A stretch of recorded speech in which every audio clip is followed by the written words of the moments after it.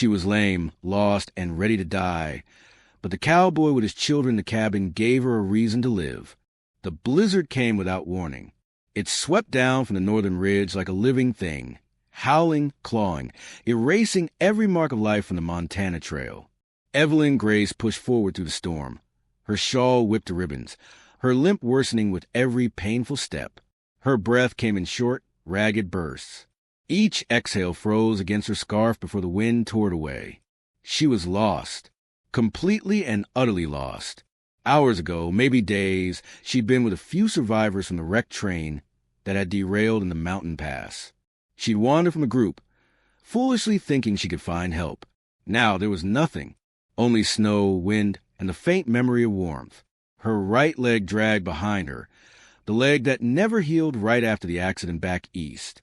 It was the reason her fiancé had left her, the reason she lost her teaching job. The reason she boarded that train to start over in the first place. Now it was the reason she could barely walk. The pain was dull at first, then sharp, like knives cutting through her boot. She stopped, leaning against a pine, her whole body shaking.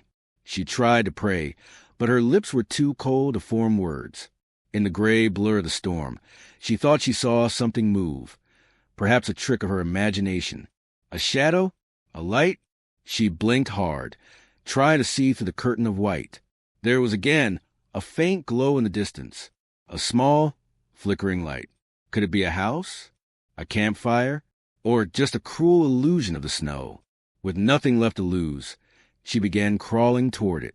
Her legs gave out after the first few steps. She fell forward into the snow, gasping. Her fingers were blue, her hair crusted with ice.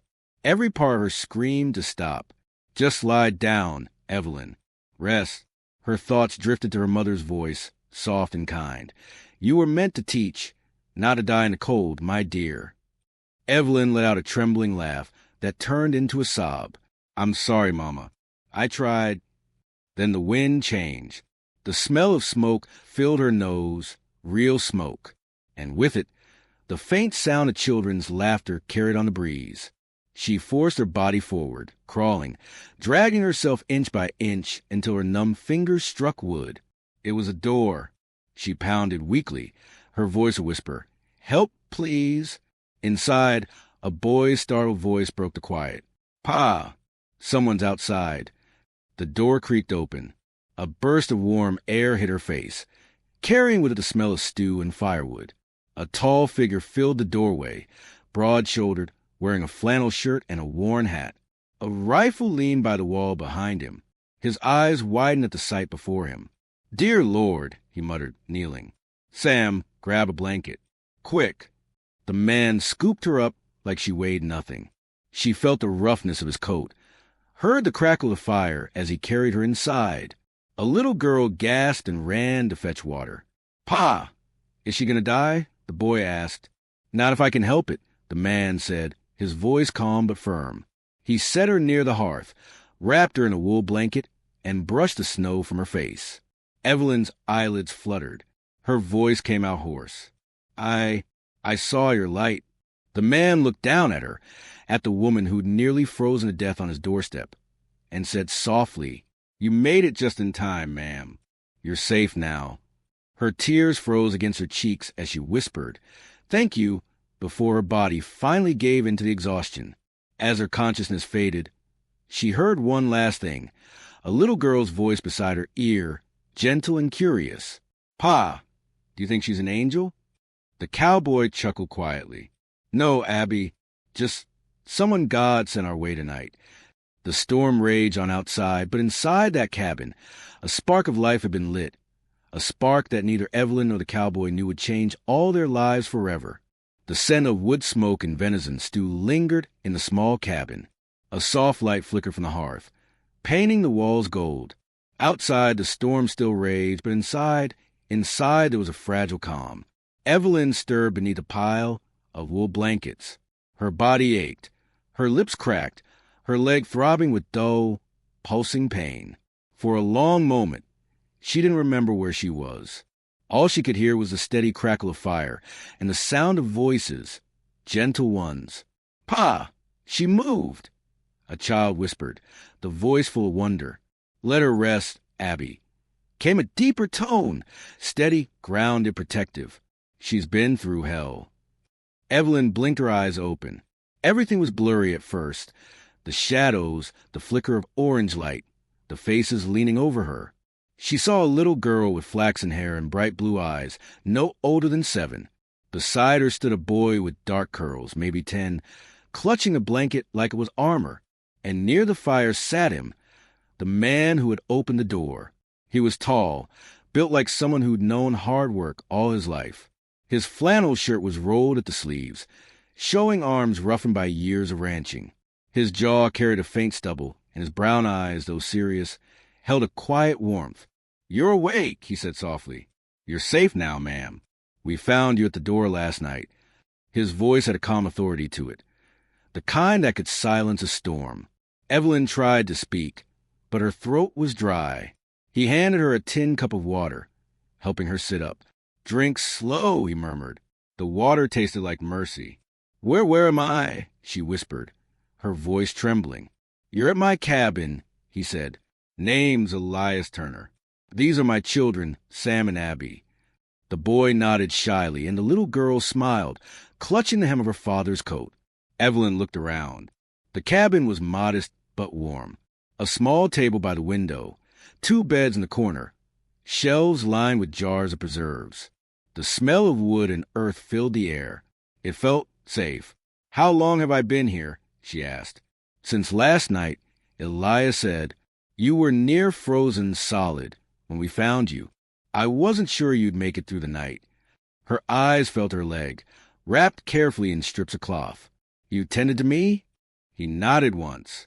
"Couldn't just let you die out there. Not with my kids watching. Would have haunted us all." The way he said it, simple, matter of fact, made something ache deep in her chest. No one had cared for her since before she left home. Not like this. Abby stepped closer, holding a steaming bowl. "Papa said you need to eat, miss." Evelyn smiled weakly. "Thank you, sweetheart." The stew smelled of venison and potatoes, seasoned with wild herbs. It was humble fare, but to Evelyn it tasted like heaven. As she ate, Elias spoke again, quiet but curious. "You got a name?" "Evelyn Grace," she answered softly. "I was on the train, the one that derailed outside Helena." Elias's brow furrowed. "Heard about that. Not many survived." "I suppose I did, though I'm not sure why." The cabin went still for a moment. The fire popped, sending sparks up the chimney. Elias leaned back in his chair, watching her over the rim of his coffee cup. "You believe in reason, Miss Grace?" She hesitated. "I used to, before my life fell apart." He nodded slowly, as if he understood more than he said. "Sometimes reason don't show itself till long after the storm's gone." The children began clearing the bowls. Abby tugged Evelyn's blanket closer around her shoulders before skipping off to the corner to play with a wooden doll. Evelyn's gaze followed her, softening. "She's precious." Elias smiled faintly. "She's her mother's light. Lost her 2 winters ago. Fever took her." A silence settled, the kind that carries respect rather than pity. Evelyn looked into the fire, whispering, "I'm sorry." "Don't be," Elias said. "Life takes, but sometimes it gives too." Outside, the wind began to ease, the worst of the storm passing. Inside, Evelyn felt warmth creeping back, not just into her fingers and toes, but into the hollow place inside her chest that had been empty for too long. As night fell again, the children said their prayers by the hearth. Evelyn listened quietly as they whispered, "Dear God, please help a lady feel better. Amen." She blinked back tears she didn't want anyone to see. From across the room, Elias spoke softly, his deep voice carrying to the firelight. "You can sleep easy tonight, Miss Grace. You're safe here." And for the first time in months, Evelyn believed it. Her eyes closed, her body sinking into blanket, the sound of rain and wind fading into peace. When she drifted into sleep, she thought she heard Elias's voice again, quiet, almost himself. Sometimes the Lord sends the lost ones to remind the rest of us we're still living. Outside, the blizzard gave way to a clear sky. and the stars glimmered like a promise. When Evelyn woke the next morning, the storm had passed. The sunlight crept timidly through the frosted window pane, spilling gold over the cabin floor. It felt strange to see light again, real light, not the pale blur of a dying mind. For a long time, she simply lay there, wrapped in wool blankets, listening to the gentle rhythm of life inside the cabin. The fire crackled softly. A pot simmered. Outside, she could hear the rhythmic chop of an axe and the distant laughter of children. It was peaceful, almost too peaceful. She had grown used to silence, to the kind that came with loneliness. When the door creaked open, cold air rushed in, followed by Elias Turner, hat dusted with snow, axe slung over one shoulder. He set the wood by the stove and glanced toward her with that same calm, steady expression. "Morning," he said simply. Evelyn tried to sit up, wincing. "I should be helping." "You should be resting," he cut in, setting the kettle to boil. "Ain't no shame in letting folks lend a hand." That word, shame, caught her, because that was exactly what she felt. She shouldn't be here. She shouldn't be depending on this man or his children. She'd been a burden all her life since the accident, and she wouldn't start again. When the children ran inside, cheeks pink from the cold, Abby went straight to Evelyn's side. "Papa said I could bring you flowers," she chirped, holding out a few dried wildflowers from last summer. "They're not fresh, but they're still pretty." Evelyn smiled softly, her voice trembling. "They're beautiful, sweetheart." Sam grinned from behind his sister. "Pa says you used to be a teacher. Is that true?" Her brows lifted slightly. "It is. How did you?" "Abby said you talk proper." Elias chuckled from the stove. "Smart boy, that one. Don't miss much." Evelyn felt warmth creep into her chest. She hadn't been spoken to like this, kindly, casually, in so long that it almost hurt. When she was finally able to stand, using the wall for balance, Elias handed her a carved stick. "Sam made it for you," he said. "Ain't fancy, but it'll do." The boy blushed. "So you don't fall again, ma'am." Evelyn gripped the walking stick, her throat tight. "Thank you, Sam." That afternoon, she took her first steps outside. The snow was melting into patches, the sky stretching wide and blue. The world smelled clean, pine and smoke and hope. She sat on a stump near the cabin, watching the children feed the chickens. For the first time in months, she felt the sun on her face and didn't wish for death. That evening, as the fire glowed low, she tried to tell Elias she would leave in the morning. "I've already taken too much from you," she said softly, hands trembling around her cup. "You've got your children to think about. I'll find my way to town once I'm strong enough." Elias didn't look up from the wood. He was whittling. "Can you walk 5 miles to that forest alone?" "I'll manage." He looked at her, then really looked, and the quiet weight of his gaze pinned her words.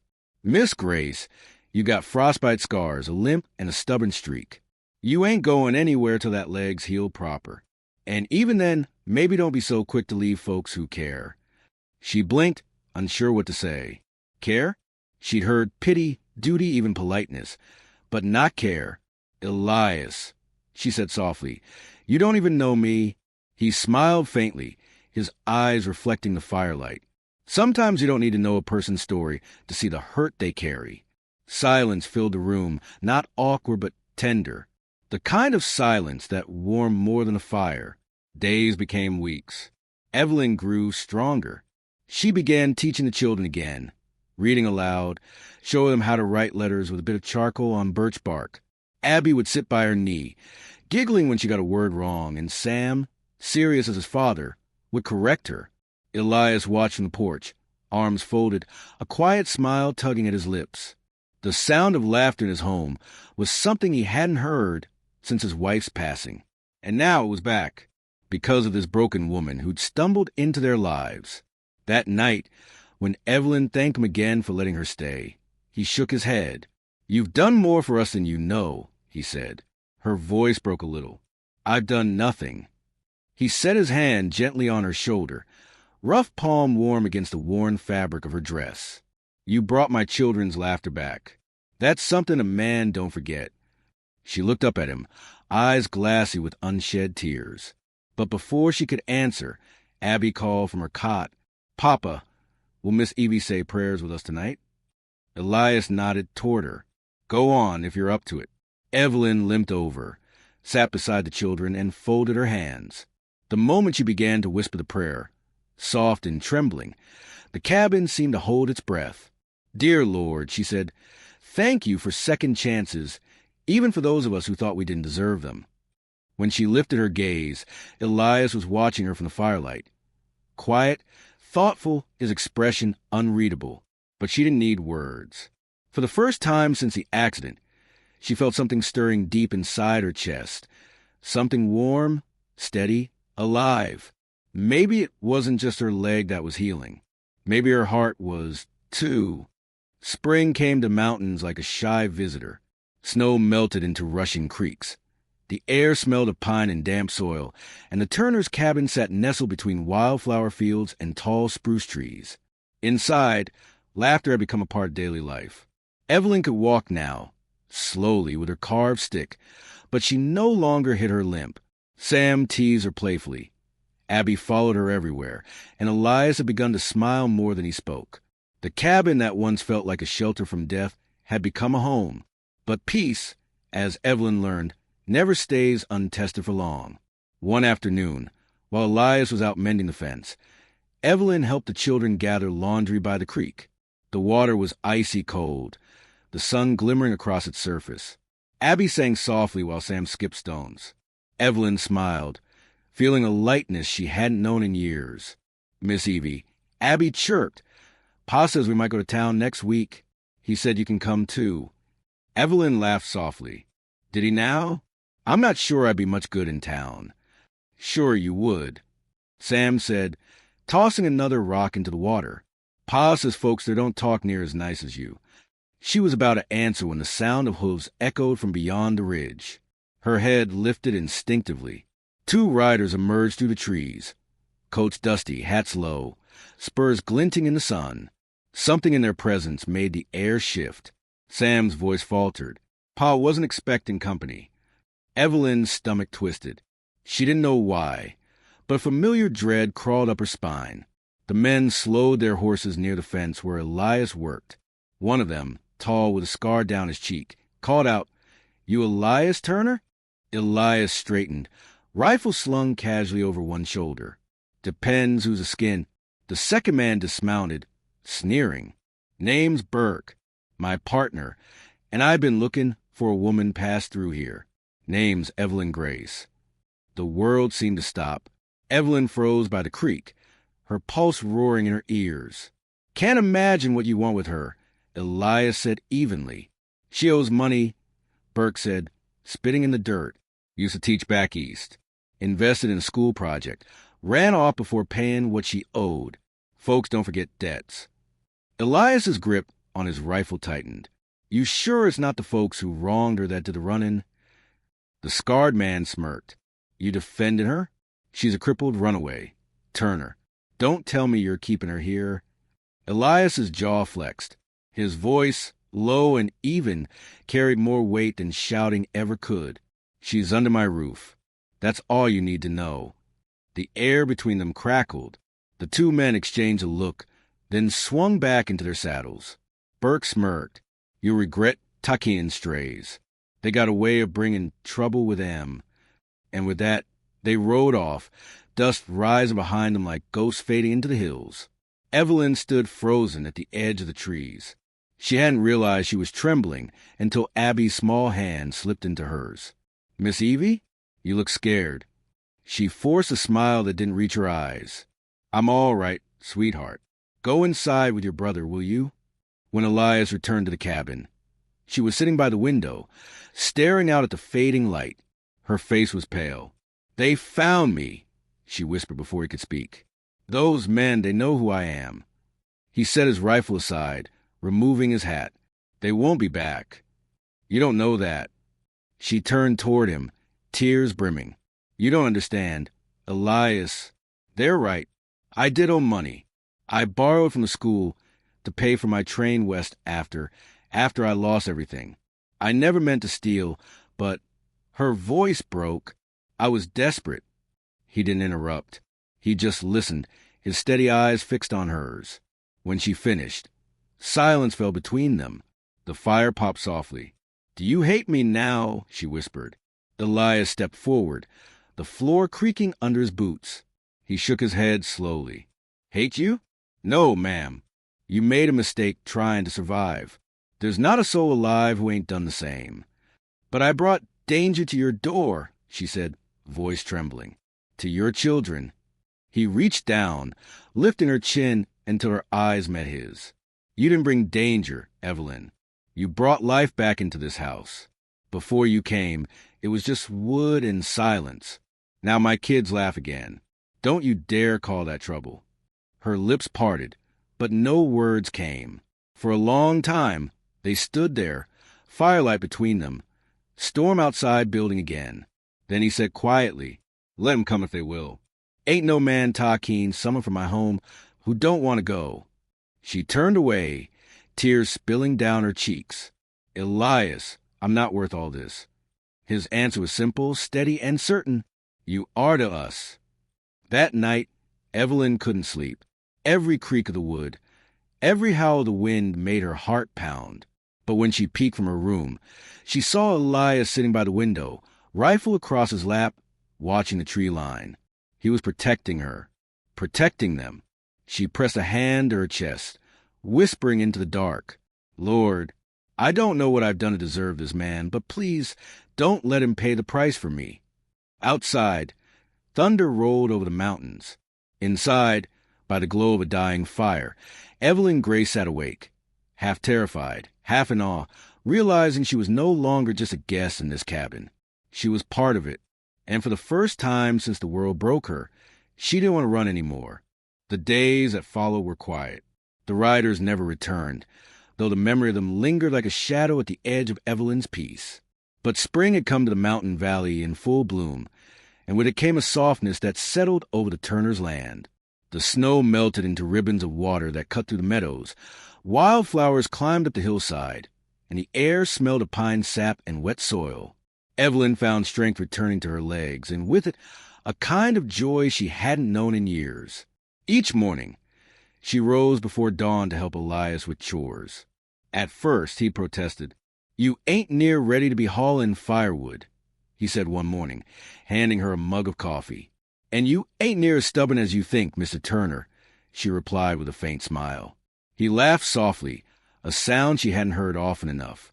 So they worked together, him splitting logs with steady swings of the axe, her gathering kindling and feeding the chickens while the sun spilled light across the valley. The children's laughter drifted through the air, and for the first time, Evelyn began to hum while she worked, an old hymn she used to sing in her classroom.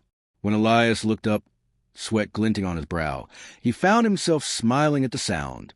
Later he told her, "That's a mighty fine voice you've got." She blushed faintly, brushing a strand of hair from her face. "Used to sing for the school children back before the accident. What made you stop?" She hesitated. "Didn't feel right singing when the world went quiet inside me." Elias set down his axe and leaned on the handle, eyes thoughtful. "Well," he said slowly, "maybe it's time to let the world hear it again." The days turned to weeks. Evelyn's limp grew lighter. She still carried Sam's carved walking stick, though more out of gratitude than need. She spent her afternoons with Abby, teaching her to read, and evenings with Sam, helping him carve little wooden animals by the fire.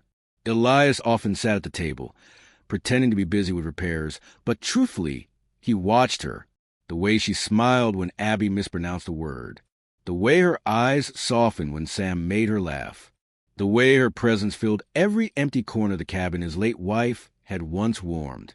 He didn't mean for his heart to open again.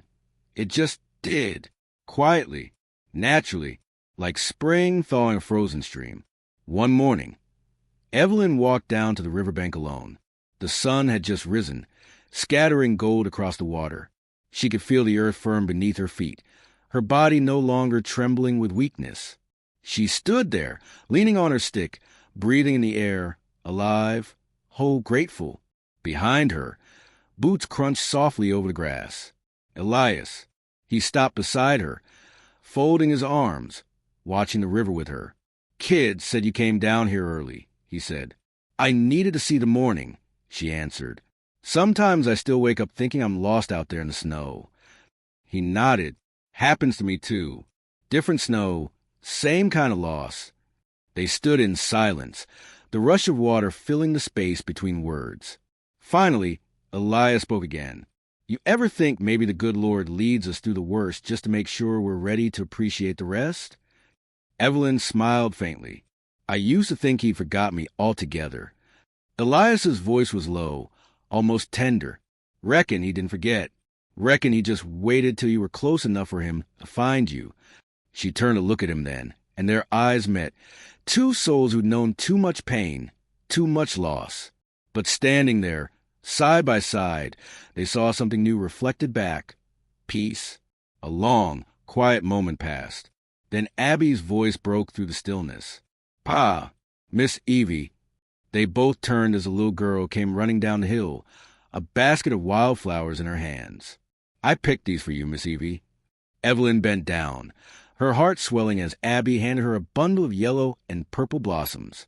"They're lovely, sweetheart." Abby grinned. "You smell nicer than flowers now." "Pa says so." Elias coughed, turning away with a small, embarrassed chuckle. Evelyn hid a smile behind her hand. When Abby skipped off again, Evelyn looked at him with a teasing glint in her eyes. "Did you say that, Mr. Turner?" He met her gaze, voice warm. "Maybe I did." The air seemed to hum between them. Something unspoken but understood. Evelyn looked away, cheeks flushed, her heart beating faster than she wanted to admit. Elias reached down, plucked a single wildflower from her basket, and tucked it behind her ear. His hand brushed her cheek, a brief, gentle touch that lingered longer than it should have. "Spring suits you," he murmured. For a moment, Evelyn forgot every scar, every ache, every shadow of her past. In that single breath of sunlight and stillness, she felt new. That evening, she sang again, really sang.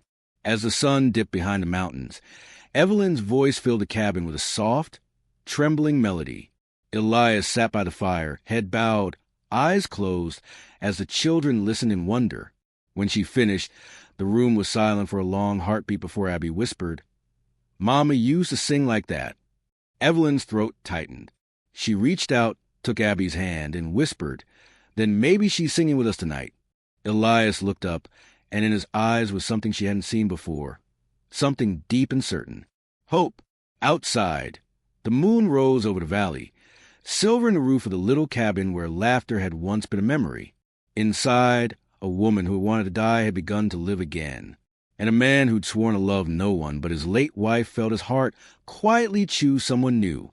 Neither said the words aloud that night. They didn't have to. Sometimes love doesn't arrive with thunder. It comes like dawn through a half-open door. The first sign came with the wind.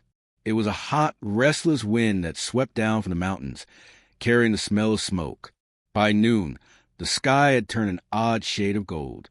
The chickens were uneasy, the horses snorting and stamping near the fence. Elias stepped outside, eyes narrowing toward the western ridge. A faint column of smoke twisted into the air. Then another. His gut tightened. Lord have mercy. He turned back toward the cabin, voice sharp. "Evelyn. Kids." Evelyn came running from the garden, skirt brushing against her boots. "What is it?" He pointed toward the ridge. "Fire. It's coming fast." Her heart lurched. The valley that had once seemed so wide and safe now looked like a trap. Elias didn't waste a second. "Sam, get the horses. Abby, grab your ma's picture and your little things. Evelyn, pack what food you can carry." His tone left no room for argument. Evelyn hurried inside, heart hammering as she filled a sack with bread, dried meat, and water. Her hands trembled as she looked around the cabin.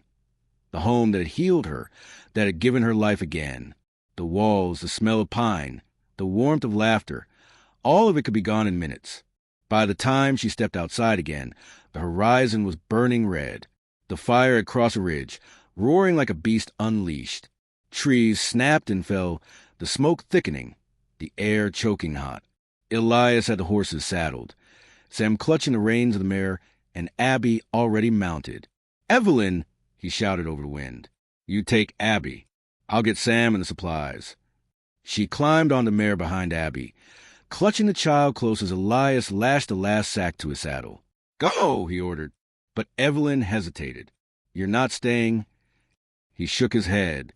"I'm right behind you." They rode hard toward the river, the only path clear of flame. The ground was hot beneath the horses' hooves. Ash rained from the sky. Evelyn coughed, the smoke burning her throat. Behind them, the valley blazed like the end of the world. "Hold on, Abby," she cried, voice cracking. "I am Miss Evie," the little girl shouted, tears streaking her soot-stained face. Elias rode close behind, his jaw set, eyes squinting against the glare. Every muscle in his body was wound tight, not from fear for himself, but for them. They reached the riverbank just as a burning tree crashed behind them. The horses reared, screaming. Evelyn nearly lost her grip, but Elias was there in an instant. He caught her arm, steadying her. "Stay with me," he yelled. They plunged the horses into the river. The cold water hissed against the heat. Flames raged along both sides of the bank, but the river became their salvation, a strip of safety in a world of fire. When they reached the far side, the air was cooler, the wind shifting north. Elias looked back, breath ragged, sweat and soot streaking his face. The cabin, their home, was gone. A sea of fire consumed it. Evelyn's heart broke at the sight. Tears blurred her vision, but she couldn't look away. All that they had built, every sign of peace they'd found, burned to ashes before her eyes. Elias stepped closer, placing a hand on her shoulder. His voice was low, rough with grief. "It's just wood and nails, Evelyn. We're still here. That's what matters." She turned to him, trembling. "But everything—" He lifted her chin gently, eyes fierce and tender all at once. "No, not everything. I've got my kids. And I've got you." The words hung there, heavy with truth. For a heartbeat, the fire roared, the world burned, and still all she could feel was his hand, his voice, his heart. They found shelter in a hollow by the river, where the smoke thinned and stars began to pierce the darkening sky. Evelyn sat beside Abby, wrapping her shawl around the child. Sam dozed against his father's side, exhausted. Elias looked at Evelyn across the small campfire they'd managed to build from unburned branches. His eyes caught the flicker of light, weary, but filled with something unspoken. "You saved my children today," he said quietly. Evelyn shook her head. "We saved each other." He smiled faintly. "Maybe so." A long silence fell between them. Only the crackle of the fire and the whisper of water filled the air. Then Elias said softly, "You know, after my wife died, I didn't think there was another woman alive who could make this place feel like home again." Evelyn's breath caught. He went on, voice rough, honest. "But you did. You walked out of the snow, half dead and full of hurt, and somehow you brought life back to this family. Back to me." Her eyes glistened in the firelight. "I wasn't looking for a home," she whispered, "but I think I found one." Elias reached out, his hand brushing against hers. She didn't pull away. For a long moment, they just sat there, two souls who had lost everything and somehow found each other in the ruins. He whispered, "We'll rebuild, Evelyn, together." And in the faint glow of the fire, she nodded, tears shining on her cheeks. Together, above them, the first light of dawn touched the horizon, soft, pale, full of promise. The world had burned clean. What was left was something new, fragile and real. Love, reborn from ashes. The fire had passed, leaving behind a land scarred and blackened. But from the ashes came silence, a silence not of death, but a beginning. For days, they lived by the riverbank, gathering what little the flames had spared. The air smelled of char and earth. Charred trees stood like dark sentinels against the sky. And yet, when the morning light hit the valley, it gleamed golden again. Elias and Sam worked side by side, clearing the remains of the cabin. Evelyn helped where she could, her limp nearly gone, her hands callous but strong. Abby picked flowers from the unburned edges of the field, placing them in a small tin cup she'd rescued. "Flowers for our new home," she said proudly. Evelyn smiled, setting the cup on a stump like a promise. Every day was hard, rebuilding the fences, raising walls from fresh-cut logs, sleeping beneath the stars when the nights turned cold. But in the hardship, there was laughter again. There were songs by the fire, stories before bed, hope where there had once been despair. And slowly, plank by plank, nail by nail, a cabin rose again in the same spot where the old one had stood. One evening, as the new roof was nearly finished, Elias found Evelyn by the river. She was washing a shirt, her sleeves rolled to the elbows, her hair undone in the breeze. The sunset painted her face in shades of rose and gold. He stood there a long while, just watching her. When she noticed him, she smiled softly. "You're supposed to be up there finishing the roof, Mr. Turner." He chuckled, stepping closer. "Sam's talking over. Boy's near a man now." She wrung out the cloth and set it aside. "He's grown strong, they both have." His eyes lingered on her. They had help. Her breath caught slightly, sensing something in his tone. He hesitated, then said quietly, "You remember that night in the fire when I said we'd rebuild together?" "I do," she whispered. Well, he reached into his coat pocket and pulled out something small, a simple ring, carved from polished wood. "Seems to me we've done the rebuilding part." Evelyn stared at it, her eyes wide, her hand trembling slightly. "Elias," he stepped closer, his voice rough but steady. "I ain't got gold or fine words, but I've got a heart that's been healed by you. I've got 2 children who already call you theirs in every way that counts. And I reckon what I'm trying to say is—" He paused, taking her hand gently. "I don't ever want another sunrise or storm without you by my side. Will you be my wife, Evelyn?" For a moment, the river was the only sound, running calm and clear beside them. Evelyn blinked back tears, her voice breaking as she whispered, "You gave me a reason to live, Elias Turner. And now, you're giving me a reason to stay." She nodded, smiling through her tears. "Yes, I will." Elias exhaled, relief and joy flooding through him. He slipped the ring onto her finger. It wasn't perfect, but it was honest, made from his hands and his heart. He leaned forward, and their foreheads met, a kiss of peace, of promise, of love that had walked through fire and come out whole. The wedding came quietly beneath the open sky. Sam stood proud beside his father. Abby scattered wildflowers around Evelyn's feet, giggling when the wind caught them. A local preacher from the next valley read the vows. No lace, no finery, just mountain air, bird song, and 2 souls who had already chosen each other long before the words were spoken. When Elias kissed her, the whole valley seemed to breathe again. Seasons passed.